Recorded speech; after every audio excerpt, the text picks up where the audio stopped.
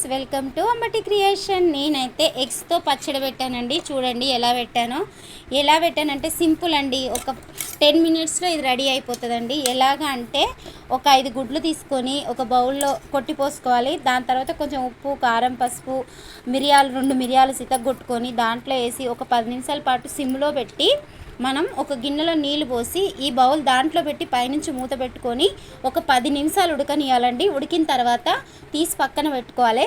పెట్టుకున్న తర్వాత మనం వేరే కడాయి పెట్టుకొని ఆయిల్ పోసుకొని దాంట్లో కొంచెం ఉప్పు, కారం, అల్లం వెల్లిపాయ పేస్టు, 2 ఎల్లుల్లిపాయలు సితగొట్టుకొని వేసుకోవాలి.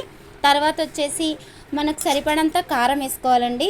గ్యాస్ బంద్ చేసిన తర్వాత మనకు సరిపడంత కారము, నేనైతే 2 స్పూన్ల కారం, 1 స్పూన్ ఉప్పు వేసానండి. ఆ ఆయిల్ చల్లారిన తర్వాత ఉప్పు, కారం అన్ని దాంట్లో వేసి కలిపి పెట్టుకోవాలి.